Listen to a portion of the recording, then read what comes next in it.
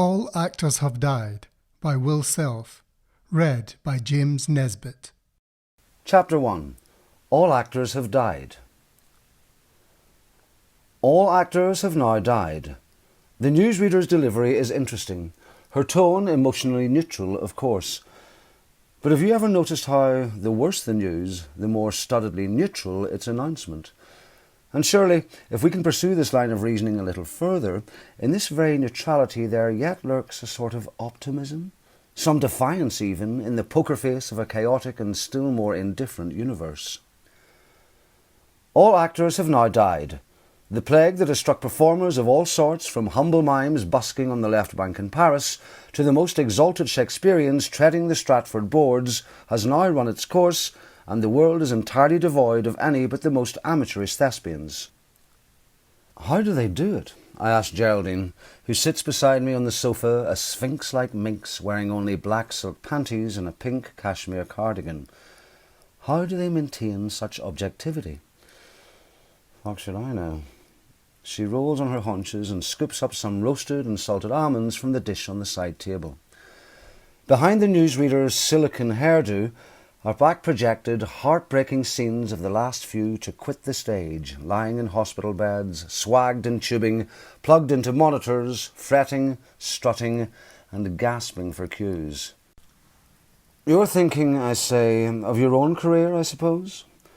I try to be studiedly neutral as well, robotic almost, but Jerry has never appreciated my more negative capabilities. Fuck you, Alex, she mutters, on course for the kitchen island, her hips rolling. To the accompaniment of her sandwich making, fridge slam, butter smear, and ham slap, I recall her triumph all those years ago in the school show. West Side Story. She played Maria as a sassy sort of virgin. I'd been in the stalls, for we'd been teenage sweethearts. If you stay together, it makes for a different sort of relationship than most, I think. More sibling than sexual to begin with, unlike most marriages which travel in the opposite and increasingly frigid direction. And now, she parades about in front of me, altogether oblivious to the effect she has when her breasts fall forward from her cardigan into the cold light of the fridge. Touch and after touch radiating out from my lover's body. All the while the newsreader continues. Astonishment continues to be widespread at the sheer numbers of the dead. Who knew that so many trod the boards? More than 50,000 in Brazil alone. A clip of a Brazilian soap opera is showing. The full-breasted heroine having a seizure in mid-histrionics, staggering, clutching at scarlet drapes, then falling to the floor, dragging the set down with her, the flats collapsing to reveal a gaffer standing, mouth open, with a roll of tape in his hand. Jerry could have gone on. Everyone agreed. She had the looks, the poise, the voice, but she'd been wise beyond her years, I think. And besides, at 17, already had a more compelling project. A vision of herself as a competent and high-achieving woman, the sort for whom a dreamy and ineffectual man is a perfect accessory, demonstrating to the world that she's far more able than any mere careerist, as well as far more loving than any maternal homemaker. Touch and after touch radiating out from my lover's body, like those early photographs of humans and horses moving, in which several discrete exposures are captured on the same plate. You know the kind, serene in their studiedly casual superiority. A spokesperson from Equity appears on screen, alongside a telepresent one from the Screen Actors Guild, whose heavily tanned features hang above a long shot of Los Angeles, which, as ever, is typecast as itself. The woman from Equity is at first close to tears, then arrives. It isn't the loss of life alone, the young actors with such promise, the older with so many laurels, and all with loved ones who mourn them painfully, or the loss of culture and enterprise, the house lights going down, the sets being struck. No, and here her tears become ones of anger. What most upsets her is that to begin with no one had believed the actors. They'd said they didn't feel very well, a little nauseous, a bit breathless. They began to tell those around them that they were experiencing an awful sense of dislocation, as if they were being removed forcibly from their own lives and inserted into someone else's. And their husbands, wives and children, their producers, directors and the gaffer with the tape in his hand simply hadn't believed them. That's actors for you, they'd said, always making everything into a performance. Chapter 2. The Third Act Problem. Her ivory-coloured business card is engraved as follows: Geraldine McHendricks, LLD, of McHendricks and Dalton, Inner Temple, London. She and her long-time associate, the studious Theo Dalton, left their respective firms 4 years ago to set up their own partnership, specialising in the most abstruse and expensive aspects of intellectual property law. The venture has been a success conspicuous by its dividends, the £1,000 shoes and laundry more diaphanous than spider webs. Last Christmas, Jerry flew the three of us to Bali, then a fortnight later on to Australia for a further 2 weeks outback safari. Jerry said she thought the contrast between such a populous place and so deserted a space would be, what, amusing? Profound? I don't know. This is part of her own intellectual property that I have no rights over at all. Yes, it had been the right time for Jerry to go it alone. Have I implied that Theo's ineffectual? If so, that would be mistaken. He's actually the business getter of the two. It's just that his charm is entirely asexual. While Carl was growing up, although she'd been the main provider, so necessarily away from home more, she'd still wanted to be a hands-on mum, which meant working in large practices that would allow her to keep more regular hours. But once our son was in his late teens, she decided it was time to dedicate herself wholeheartedly to her career. The man from the Screen Actors Guild holds the earpiece against his ear. The link isn't that great, and from time to time his image glitches into lurid cubism. This much we now understand, he says. The plague strikes at a certain point in an actor's training, which would explain, if not in any way justify, the reactions of those around them. It's often the case that after many weeks, months, years perhaps of hamming about, doing voice exercises and playing pat-a-cake with their peers to foster an ensemble psychology, the wannabe actor suddenly finds that mark and is able fully to assume the mantle of another and so become a character.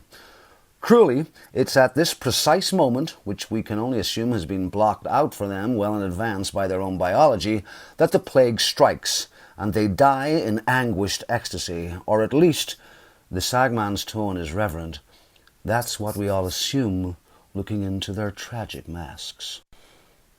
Jerry's back beside me, a faint hamminess clinging to her as she licks her fingers.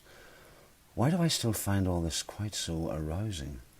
The unconscious allusion to fellatio, accompanied by the peekaboo of nipples I've sucked on more than anyone, her own child included. Especially her own, not that Jerry ever had any difficulty breastfeeding, no mastitis or cracked nipples. She was one of the few in her friend group of young mothers who could expel her milk with ease, 200 millilitres of kindness at a time. There's a montage of dead actors' faces fanned out across the television screen, like a pack of cards, the court ones coloured by fame. Jerry and I glance at one another, and I'm conscious of an immediate and deep rapport. Between the two of us there's no need for any dissimulation or histrionics. Besides, as we've known for weeks now, all actors have died. Every single one. And furthermore, the equity spokesperson reminds us, leaning forward in her TV studio chair, which is, in truth, indistinguishable from the office kind you see nowadays, fly-tipped in suburban streets, together with beige and obsolete computer equipment, their legs upended, their casters slowly revolving in the late spring sunlight.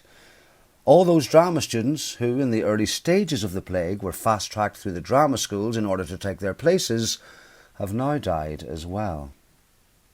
It seems to be incontrovertibly the case, says the Prime Minister, whose face has replaced those of the dead actors, touché et après touché, radiating out from my lover's body.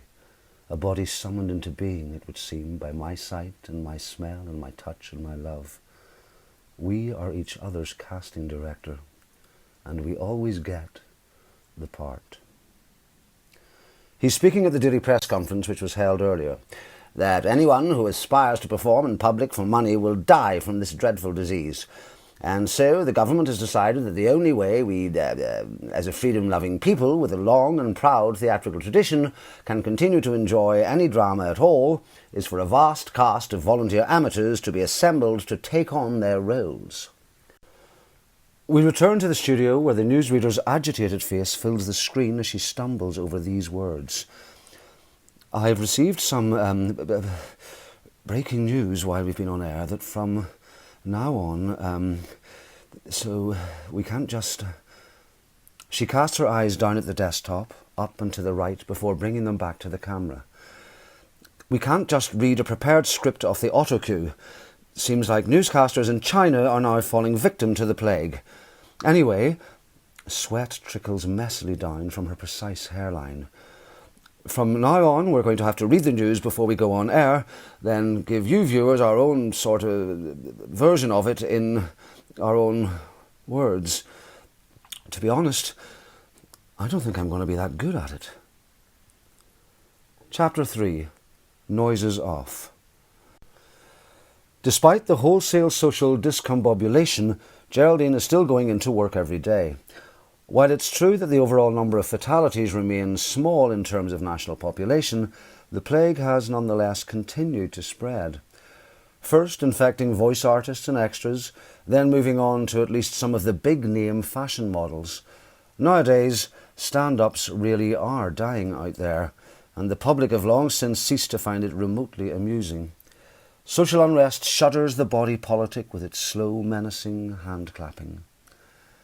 Jerry says the reason she's at work so much is, at least in part, because she's joined a pressure group dedicated to helping the dead actors' dependents. They're arguing the case that, given the wholesale extermination of skilled professional thespians, their past performances must now be viewed as unique works, subject to some sort of retrospect levy, money which will be added to a fighting fund. Fighting fund. Funny how martial metaphors are always summoned up by public health campaigns. Presumably, those playing the parts of our leaders wish to rouse us to some collective act of selfless bravery, but really they make the whole production of combating a deadly virus seem simultaneously hackneyed and farcical, like Shakespearean actors having at one another with wooden swords. On the 10 o'clock news just now, the newsreader was gossiping about a hand model who has died of the plague in Esquire. Jerry often doesn't get home until after I've gone to bed. As for Carl, we're unashamedly proud of him, although understandably nervous. He's volunteered for the AAC, the government's amateur acting corps, and is now in basic training at a hastily converted holiday camp outside Bexhill-on-Sea. Although he isn't performing yet, and while I've never been much of a viewer before, I now believe it my patriotic duty to stay in and watch our courageous lads and lasses perform in soap operas and dramas, in all instances stepping straight into the parts played by their dead comrades. The amateurs have also been drafted in to take the roles of the ordinary people who take part in reality TV shows and panel games, for the limelight has proved fatal for them as well. Missed cues, clumsy blocking, leaden deliveries accompanied by constant fidgeting. The dialogue for most television dramas, once abstracted from this overlit realm, has always been clunkily ridiculous, while in my not especially humble opinion, their narrative arcs usually have all the predictability of a poorly launched stomp rocket. But the addition of truly bad acting to this miserable mix has thickened it still more. Relatively short scenes, such as a character making a simple purchase in a shop, now seem utterly interminable, as the preposterous players duck and weave while talking over each other. The comedies are the worst. We've all known the jokes haven't been funny at all for years now, what with their dumb puns, single entendres and clunkily contrived scenes of social embarrassment. But the effect of having such situations realised by wannabe comedians with awful timing is frankly tragic. And as I sit here watching them mumming and mugging, I'm insistently reminded not of happier times, but death and destruction. Just occasionally, though, when I'm in fact least expecting it, watching, say, some interminable car crash of a cop show or an unreal reality one, I've been shocked out of my stupor by someone on screen momentarily appearing to be the character they're meant to be representing. A little moo, a sotto voce aside, followed by a skilled pirouette away from the camera. There have been rumours circulating on social media to the effect that, well, you probably guessed it, not all actors have died. Moreover, that those who have survived have outwitted the plague by playing the part of people who've never dissimulated in their lives, and then taking this imposture several steps further by enrolling in drama schools under false names that might, in time, assuming a vaccine is found, become their stage ones. Chapter 4, Pursued by Bears. Touch and after touch radiating out from my lover's body, a body made of many, a body that contains all bodies nested within it. There's Jerry's key in the lock. Often when she gets back this late, this exhausted, she'll begin undressing immediately inside the front door, unzipping her pencil skirt to the hip, shimmying out of it, then shucking off her suit jacket and letting it fall to the rug, an antique Persian kiln she bought with the vast fees from one of her first successful cases. Or at least, that's what the carpet seller claimed it was. I've always had my doubts. I'm not so absurd as to suggest my wife's incapable of being economical with the truth. She is, after all, human, not some sexy automaton. But her professional reputation is that of a lawyer of the utmost probity who wins her cases by dint of superior analysis and strategy rather than the more familiar weaponry wielded at the bar, to wit, guile bordering on mendacity and, of course, force majeure. If I lean forward on the sofa, I can see her standing in the fan of lamplight spreading out from the door and into the darkened hall. See her, the great swag of her auburn hair dangling down, a soft shower of gold as, one elegant hand on the newel post, she slowly, sensually unpeels the leg of her sheer black tights from her slim swan-necking pale one. When we were in our teens and 20s, Jerry's candour had been at once terrifying and utterly charming. She'd barreled through life, speaking her truth to all and sundry, reaffirming again and again that a spade was indeed a spade. And now, well, I feel we're closer than ever.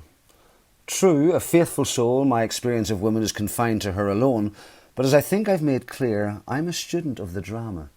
And in the world's greatest plays, we can find, witness and empathise with all human behaviour, from the greatest sincerity to the most pathetic betrayals.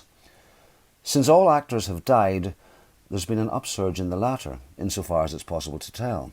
And now not a day passes without it emerging that this heretofore immaculate public figure has, in fact, been deceiving their spouse, defrauding their business, or otherwise indulged in deception, criminal, civil, or familial.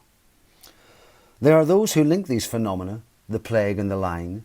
They say our rising mendacity is simply compensating for the loss of all those pro-pretenders. Jerry's now sitting beside me on the sofa, quite naked, besides a gold anklet. It's her charmingly forthright way of telling me that she wants to make love. The lips, the teeth and tongue, the fingertips, these cannot, I believe, lie. A person's body, in the close confinement of another's, cannot lie, or at least not for long. The skin crawls away involuntarily. The philosopher Schopenhauer wrote, "There is an unconscious appositeness in the use of the word person to designate the human individual, as is done in all European languages. For persona really means an actor's mask, and it is true that no one reveals himself as he is, and we all wear a mask and play a role." Could the plague merely have been a semantic problem, a case of the wrong terminology? If we'd referred to it as a pandemic, would that fact alone have made the disease treatable with our modern medicine? Instead, we made it into something biblical, which is also perhaps why it all ended up being a matter of faith, which is simply another word for a colossal sort of suspension of disbelief. Maybe all the actors died because we failed to have faith in them, failed to lend their beautifully crafted performances sufficient credence. Moreover, our current predicament could be coloured by this bad faith as well. Who's to say that the amateur actors who now fret over our stages and strut across our screens aren't just as good as the professionals they've replaced? Who's to say it isn't us who failed to play our part correctly as an audience? Touch and retouch, Jerry thinks, radiating out from my lover's body, as she rears up on the sofa and, in one fluid motion, mounts her supine husband, rubbing her fundament into his hardening crotch. Why do I do it, she wonders, as she envelops him in the scent of Theo's cologne, which she's brought across town on the swatch of her own skin. But the answer comes as she moves together with Alex, the way they've moved together so many thousands of times before. I do it because I can, and because I'm good at it, and because he believes in me. Hello, I'm Andrew O'Hagan. Thank you so much for listening to Esquire's summer fiction series in aid of UNICEF UK's Save Generation COVID appeal, which is supporting children and families impacted by coronavirus across the world. Please donate at www.unicef.org.uk/generationcovid. Thank you.